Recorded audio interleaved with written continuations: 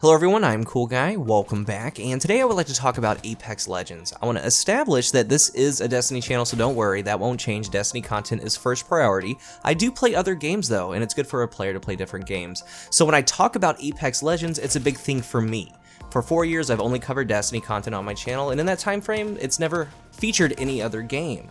I could have made content for Division, Anthem Now, Warframe, Division 2, Fortnite. There were and are opportunities there, but the list goes on and on, so for me to make a video on Apex Legends, to choose Apex Legends, it's a big thing, because this game does so many things right.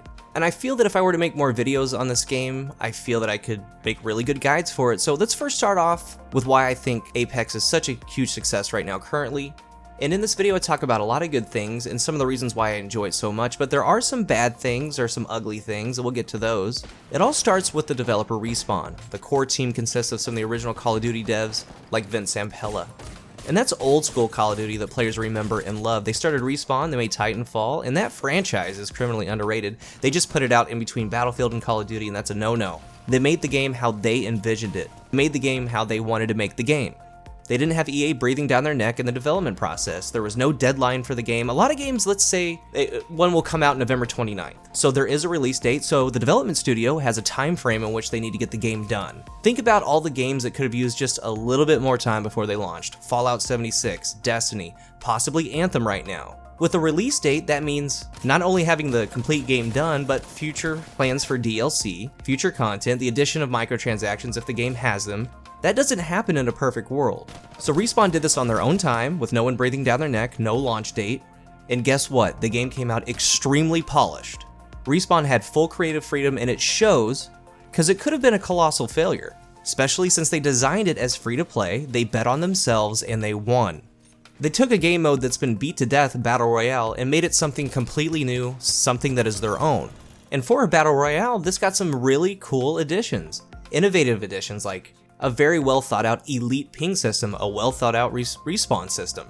But here's the real kicker, Apex Legends does have a skill gap, and I think for the last 10 or so years in gaming, first person shooters, third person shooters, developers have put different mechanics in games to keep the skill gap a little bit tighter. But I think it's that skill gap that keeps players wanting to play, and I will explain why. They want to get better at it. There are two core mechanics in shooter games that have been going on for too long, and some of it is okay when it's added minimally, just not extreme like in some of these games. In my opinion, Bloom always has been a first-person shooter or third-person shooter sin. Fortnite's a huge game, but a core gameplay mechanic is Bloom. That means when you're shooting, instead of recoil, there is an RNG factor for the spread when you fire your weapon fast or don't pitch your shots. I've always hated this mechanic. And again, it's a first-person and third-person shooter sin not to hit something that you're directly aiming at, period, end of story. That's why actual recoil is there. That recoil is there for you to try and control it. As a player, especially a console player, the right stick is for controlling recoil, combating flinch, it all happens in one movement. But when there's RNG elements to Bloom, I mean, there is the shotgun spread in Apex, and we'll talk about that a little bit as we go on, but you can't control RNG randomness. And it feels bad when your reticle is directly on your enemy. In Apex Legends, where you're aiming is where your shots hit. There's minimal bullet drop, you take that into account as well. There's also flinch in Apex, but it's very minimal. Minimal enough that it goes along with recoil, as we discussed a second ago. That right stick is for recoil control and combating flinch. They go hand in hand. In some games, the flinch is so bad at times you simply can't do anything about it. Your reticle shoots to the sky, it could go top left one time, top right one time. It happens as you're shooting, so your shot misses because you're flinched off of it. Again, so for a long time, a lot of games have come out with either of those mechanics, Bloom or flinch. Or both sometimes, but here's the funny thing. With Apex Legends, I've seen players say that the game is really tough at times, but they love it to death and they want to continue playing and get better. Of course, not every player, but they really have big numbers playing this game right now. I've seen on Twitter, and there's a lot of players that want to get better at it, even though they're not doing well currently. And I think it's because you can feel that skill gap. Very rarely in Apex Legends do I ask what happened. Most of the time, they outshot me, I had bad positioning, maybe I was a little too aggressive, whatever it was, very clear answers on what happened and what went down. So even though it does have that skill gap, it had 20-something million players over the past week and a half, and they're off to a really good start. And if you look back at popular games, the test of time, long-standing shooter games, let's really think about this. We're gonna take your Halo 2s, Halo 3s, Overwatch, CSGO, the ones that had pro circuits. All of those games have these things. A high skill gap, little to no bloom, little to no flinch, there's teamwork, your shots go where you aim them. You take various other games, Call of Duty, Destiny, we have Battlefield, we have Fortnite. They have one or both of those mechanics. And I believe those two mechanics are a reason why a game like Apex Legends is going to stay around, because we're talking about fundamentally here. And obviously the games that we talked about, they're still here, they've stayed around, and it's not to say I'm bashing them at all, because I put over 4,000 or 5,000 hours into Destiny. I genuinely love the game. I play the new Call of Duty every year. I'm approaching 1,000 wins in Fortnite. They're very fun games. But Respawn went back to some of these core gameplay elements that a lot of players enjoy, and I think they enjoy it without this realization of those two things not being as dominant in the game. And it's a big reason why the game feels good. So let's talk about the game a little bit. I've won numerous games, a battle royale mind you, without speaking to a member of my random teammates. The ping system is so elite, man. The characters do all the talking. You don't have to talk if you don't want to, and that's never been done before, and I think all players appreciate that.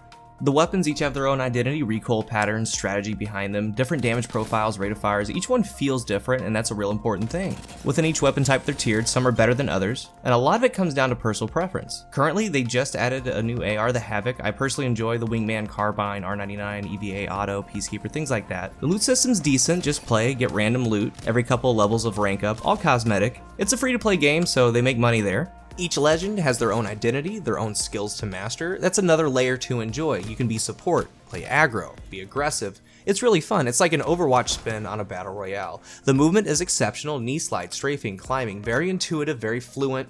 You have no fall damage. The gunfights come down to movement, team health versus team health, positioning and accurate shots, teamwork. And as a shooter player, I love that. And again, when something goes wrong, you know the reason why and you know what happened. The gunplay is very good with the shield system and the time to kill. I've had times where I'll go by an area and someone's camping with a shotgun or an SMG, and other battle royales I could turn around and maybe have just one shot with like a pump shotgun or something because they got the jump on me. And like that's my only chance, and then they could just game in me. In Apex Legends, you have the opportunity to turn on and laser someone if you work on your gun skill, and you start doing really great things. And before we go any further, let's establish this is a BR. There's RNG to the drop. Sometimes you don't get a weapon, sometimes you don't get a shield, and other players do. It is what it is. You know that going in. It's not really fun when you don't get anything. If you start off with a poor gear though, you can find an enemy team and loot them. The shield system's really good with the shield sales. Headshots really matter, and I think all players appreciate that. If you land really good shots, you get a faster time to kill. All of it really is a good formula. And all of these things combined have made me fall in love with the game. For me to learn new legends, learn new strategy, learn new rotations for the map, get my shot better. It's got a very strong foundation, but that isn't to say that there aren't some issues. Sometimes you'll start a game, there's server lag, which again, 60 frames per second, dedicated servers on console. Now that server lag happens every now and then, and it lasts for a couple minutes sometimes. It makes the gunfights really rough, it feels like you're in the Matrix, but after a while it kind of steadies out and speeds up back to normal. And you know, one of the main complaints is third partying. Respawn can fix that, at least try to, because there comes to a point when you have the last couple circles, no one wants to engage. Players camp it out, they listen for gunfire, they want to come clean up weak teams. First and foremost, I believe they should have the final 3 circles or 4 move faster. It can even be player count dependent. Say half the squads go down, there's only 10 left, maybe that might be the marker to make those zones move faster. And not only the zones moving faster, but also the time in between each zone moving to a new spot. That way, players have to move. There's always going to be third partying, but making those zones move quicker and faster, making the time between them shorter, I think that will help the overall game. Another bad thing is the solo player perspective. Currently, you get matched with 2 other players, whether you wanted it or not. The game is built around the ping system, so you can communicate without talking, point at enemies, items, things like that, but sometimes a player just wants to play solo. And currently, that isn't an option. I do see a solo, duo, and 4-man squad mode coming, and I don't necessarily blame them for starting off with 3-man starting squads, because that's how they designed it. But I do wish they had a solo mode. Currently there are 60 total players on the map, and I would like to see more. But with all this, I think they designed this base-free game, waited to see if it would catch some traction, and it's starting to catch on, but who knows. And we'll end this section with 2 things, the ugly things on my list. The hitboxes do matter. Smaller characters, Wraith, Bangalore, Lifeline, each have small hitboxes. You've been watching some of your favorite streamers, they're probably using one of these. Some get speed when they get shot at, some run weird. The larger characters like Caustic and Gibraltar, huge character models, easy to track, easy to aim at, and I think that they should really look at hitboxes and make them more universal.